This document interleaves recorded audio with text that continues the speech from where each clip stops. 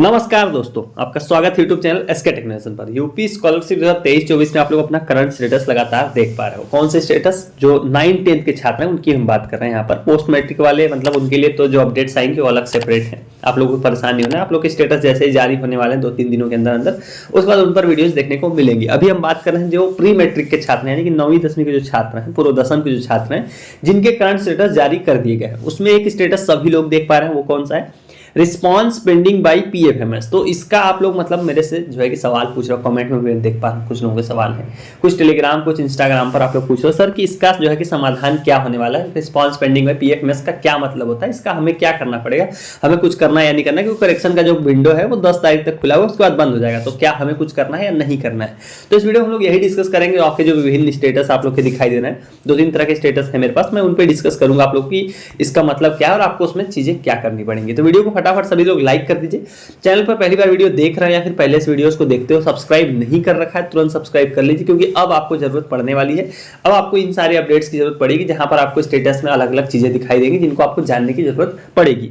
तो चलिए बात करते हैं लाइन से स्टेटस के बारे में, आखिर में क्या है ये रिस्पॉन्स पेंडिंग बाई पीएफएमएस। देखो आप लोग स्टेटस देख पा रहे हो प्री मैट्रिक का, तो वहां पर अभी इस तरह का स्टेटस आप लोगों को मैक्सिमम लोगों को दिखा रहा होगा, जहां पर यहाँ पर आपको देखिए क्या लिख रहा है, रिस्पॉन्स पेंडिंग बाई पीएफएमएस, ये वाला स्टेटस है। और ये पेंडिंग है डिस्ट्रिक्ट स्कॉलरशिप कमेटी है। तो इनका क्या मीनिंग है, आखिर में इसका क्या मतलब है?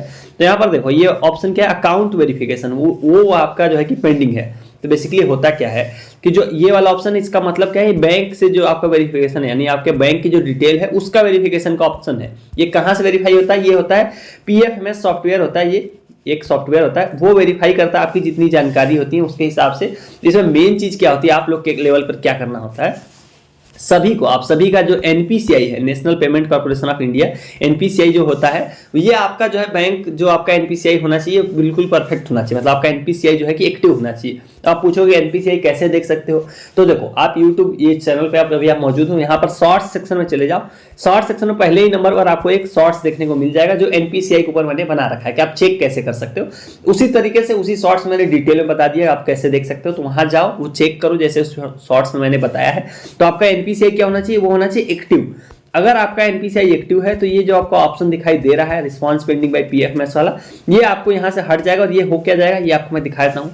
एक और दो स्टेटस है, ये पिछले साल का स्टेटस है। देखिए इनका पहले क्या था, इनका पहले था अकाउंट वेरिफिकेशन स्टेटस, जो अभी आप लोग का है रिस्पॉन्स पेंडिंग बाई पीएफएमएस, ये था। उसके बाद ये चेंज होकर क्या हो जाएगा, वेरीफाइड बाई बैंक, ये देखिए यहाँ पर 4th number verified by bank. तो ये आपका ऑप्शन इस तरह से हो जाएगा अगर आपका एनपीसीआई बैंक में बिल्कुल परफेक्टली ओके एकदम हुआ है, एक्टिव होना चाहिए, बैंक भी एक्टिव होना चाहिए, आपका एनपीसीआई भी एक्टिव होनी चाहिए। जाइए उस शॉर्ट्स में, अगर आपको देखना नहीं आता वहां पर मैंने बता दिया, हालांकि आप में से बहुत लोगों को देखने ऑलरेडी आता है।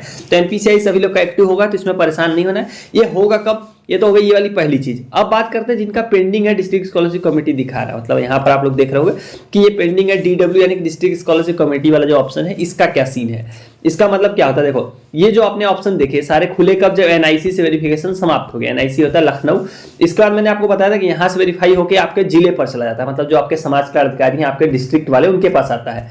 तो ये जो वेरिफिकेशन पेंडिंग पड़ा हुआ है उन्हीं जिले के पास पड़ा हुआ है, वो लोग अब इसको वेरीफाई करेंगे और यहाँ पर आ जाएगा वेरीफाइड, इस तरह से आ जाएगा, यहाँ पर लिख के verified recommended by district scholarship committee. तो ये चीज आपको देखने को मिलेगी। ये होगी कब तक, इसको समझने के लिए आपको टाइम टेबल देखना पड़ेगा। टाइम टेबल ये किसका है, ये है प्री मैट्रिक का जो सबसे आखिरी यानी कि लेटेस्ट टाइम टेबल। तो इसी में जानकारी लिखी हुई है, कैसे लिखी हुई है आपको मैं बता देता हूँ। देखो यहाँ पर देखो एनआईसी द्वारा स्क्रूटनी पूरी हुई थी 4 फरवरी को, और 5 फरवरी को आपने स्टेटस अपना देखा था। यहाँ पर देख लीजिए डेट लो कि एनआईसी से स्क्रूटनी जो हुई थी 20 जनवरी से लेकर 4 फरवरी तक, और आपने स्टेटस अपना 5 फरवरी को देखा था। करेक्शन आप सभी लोग जितने भी छात्र हैं वो लोग जरूर करेक्शन कर लें, जिनके फॉर्म में कोई भी गलती है। 10 फरवरी तक आपका मौका है और आज 8 तारीख हो गई है। तो करेक्शन जब आप लोग करेंगे उसके बाद आपको क्या करना पड़ेगा, दोबारा से हार्ड कॉपी और सारे डॉक्यूमेंट सबमिट करने पड़ेंगे। उसकी डेट कब तक है, उसकी डेट है 13 फरवरी तक। ये देखिए अगर आपने करेक्शन किया है फॉर्म में तो आपकी दोबारा प्रिंट निकलेगी, आपको दोबारा अपने स्कूल में ले जाके देना है। देखो छात्रों द्वारा सही आवेदन को जमा करना, जो लिखा है ना, छात्र द्वारा ऑनलाइन आवेदन पत्र की त्रुटियों को सही करके हार्ड कॉपी समस्त वांछित संलग्नों सहित शिक्षण संस्था में जमा कराना, वो 13 फरवरी तक आप करा सकते हो। मतलब आपने कुछ भी चीज करेक्ट किया है, कुछ फॉर्म में चेंज किया है, तो उससे रिलेटेड जितने भी आपके पास डॉक्यूमेंट है, प्रूफ है, वो सारे अपने स्कूल में आप 13 तारीख तक ले जाके जमा कर सकते हो। 10 तक करेक्शन, 13 तक जो है कि आपको उनको जमा करना पड़ेगा। उसके बाद आपका स्कूल है उसको 14 तक उसको फॉरवर्ड करेगा वापस से, और ये जो फॉर्म जितने छात्र करेक्शन करें उनका फॉर्म वापस से एनआईसी लखनऊ भेजा जाएगा। ताकि एनआईसी दोबारा से उसको वेरीफाई कर सके सारी जानकारियों को। तो वो कब से कब तक करेगा, वो 15 फरवरी से लेकर 21 फरवरी तक जो है कि आपका दोबारा वेरीफाई करने वाला है। उसके बाद जो मेन चीज है कि जो आपका पेंडिंग है डिस्ट्रिक्ट स्कॉलरशिप कमेटी यानी कि जो जिला समाज कार्य अधिकारी हैं वो लोग कब वेरीफाई करेंगे, तो उनके लिए जो डेट लिखी गई है वो आपको दिखा देता हूँ। यहाँ देखिए 11 नंबर पॉइंट पे देखिए, यहाँ पर वो वही वाली डेट लिखी हुई है 5 फरवरी से लेकर 4 मार्च तक जो आपका समाज कल्याण अधिकारी है जिला वाला, जब आप लोग देख पा रहे हो एक पेंडिंग है डिस्ट्रिक्ट स्कॉलरशिप कमेटी है, तो वो लोग वेरीफाई करेंगे 5 फरवरी से लेकर 4 मार्च तक। इस लाइन को अगर आप पढ़ोगे तो आपको मतलब भी समझ आ जाएगा। देखो जनपदीय समिति द्वारा, जनपदीय समिति उन्हीं को बोलते हैं जिनकी हम बात करें पेंडिंग है डीडब्ल्यू जो आप लोग देख रहे हो, शुद्ध एवं संदेहास्पद डेटा लॉक करना, मतलब वो लोग वेरीफाई करेंगे कि किसका फॉर्म ओके है और किसके फॉर्म में दिक्कत है। तो ये सारी चीजें वही लोग डिटरमाइन करेंगे। उसके लिए क्या है, जो जनपदीय छात्रवृत्ति स्वीकृति समिति द्वारा संदेहास्पद एवं शुद्ध डेटा तक के संबंध में निर्णय लिए जाना एवं पात्र छात्रों की छात्रवृत्ति स्वीकृत करना तथा जनपद स्तरीय विभागीय अधिकारी का डिजिटल सिग्नेचर से डेटा लॉक किया जाना, ये 5 फरवरी से लेकर 4 मार्च तक चलेगा। मतलब आप समझ लो कि आप लोगों का स्टेटस अभी से लेकर कुछ लोगों के मतलब बदलने शुरू हो जाएंगे, 4 मार्च तक आप लोग के स्टेटस बदलते रहेंगे, अलग अलग टाइप के स्टेटस आप लोग के बदलेंगे। वो कैसे बदलेंगे, किसी का पेंडिंग से हो जाएगा डायरेक्ट वेरीफाई, किसी का होगा मार्क्स मिसमैच, ऐसा करके कुछ दिखा देता हूँ आपको 1-2 स्टेटस जो मेरे पास हैं। देखो एक छात्र का स्टेटस क्या दिखा रहा है, marks mismatch as inter by institute and institution.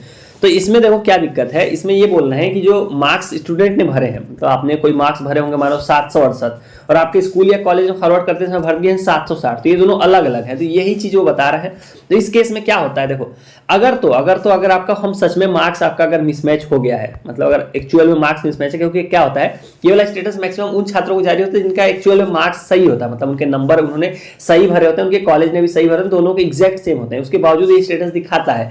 तो ऐसे लोगों को कोई प्रूफ नहीं भरना होता, कुछ नहीं करना होता, ये ऑटोमेटिक ये स्टेटस वेरीफाई हो जाता है। लास्ट ईयर भी हुआ था, तो इस साल भी हो जाएगा, इसमें कोई दिक्कत नहीं आएगी। लेकिन अगर आपके मार्क्स आपके नंबर सच में गलत भरे गए तो आपको तुरंत करेक्शन करना पड़ेगा, जो है कि अगर आपने गलत भर दिया तो आप करेक्शन कर लीजिए, 2 दिन का मौका है। तो ऐसे छात्र जरूर करेक्शन कर लें जिनके फॉर्म में इस तरह की कोई भी गलती हो रखी है। अब रिजेक्ट कौन से फॉर्म हो जाएंगे, यहीं पर रिजेक्ट हो जाएंगे।